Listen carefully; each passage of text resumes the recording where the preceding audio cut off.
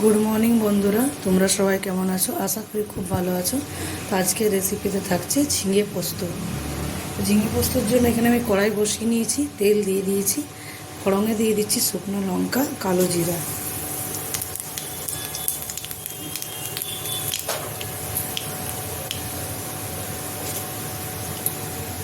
ফোড়ন হয়ে গেছে, কাঁচা পেঁয়াজ দিয়ে দিচ্ছি, কেটে ধুয়ে ডুমো ডুমো করে কেটে রেখেছি।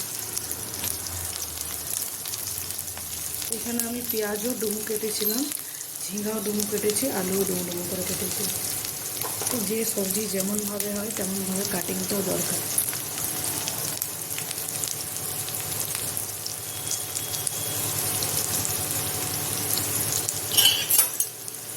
পেঁয়াজটা আমি হালকা ভাজবো, বেশি ভাজবো না।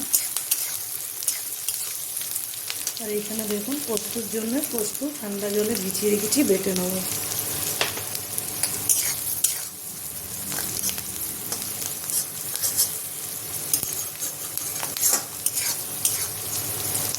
বাস পেঁয়াজ ভাজা হয়ে গেছে, দিয়ে দিচ্ছি এখানে কেটে রাখা আলু আর কয়েকটা কাঁচা লঙ্কা। লঙ্কাটা যে যেমন ঝাল খাবে সে তেমন দিতে পারে।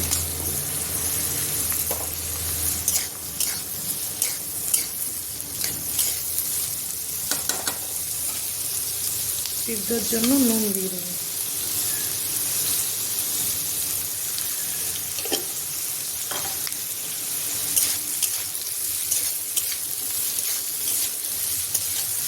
ভালোভাবে নুনটা মিলিয়ে দিলাম। এবার ঢাকনা বন্ধ করে সিদ্ধ করব। গ্যাসের ফ্লেমটা লোতে করে দিচ্ছি।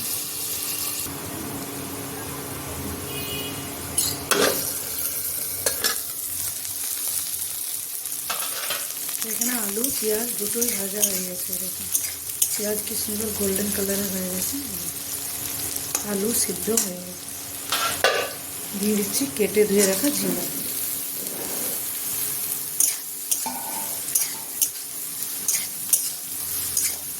ভালোভাবে মিলিয়ে আবার ঢাকনা বন্ধ করে সিদ্ধ করে নেব।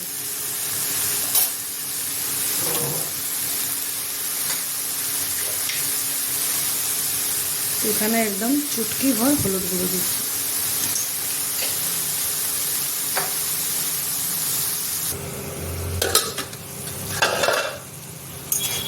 এই যে এখানে পোস্ত পুরো রেডি হয়ে গেছে। দেখুন এর মধ্যে পোস্ত বেটে রেখেছি, দিয়ে দেবো।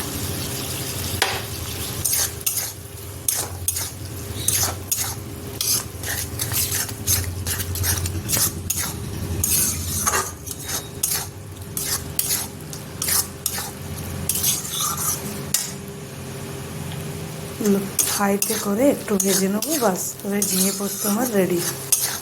আপনাদেরকে কাকে কাকে আমার রেসিপি ভালো লাগে আমাকে নিশ্চয়ই জানাবেন। ভালো থাকবেন, সুস্থ থাকবেন, বাই বাই।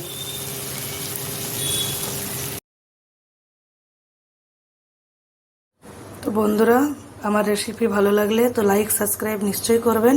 তো দেখুন কি সুন্দর ঝিঙা পোস্তটা হয়েছে। তো বাই বাই বন্ধুরা।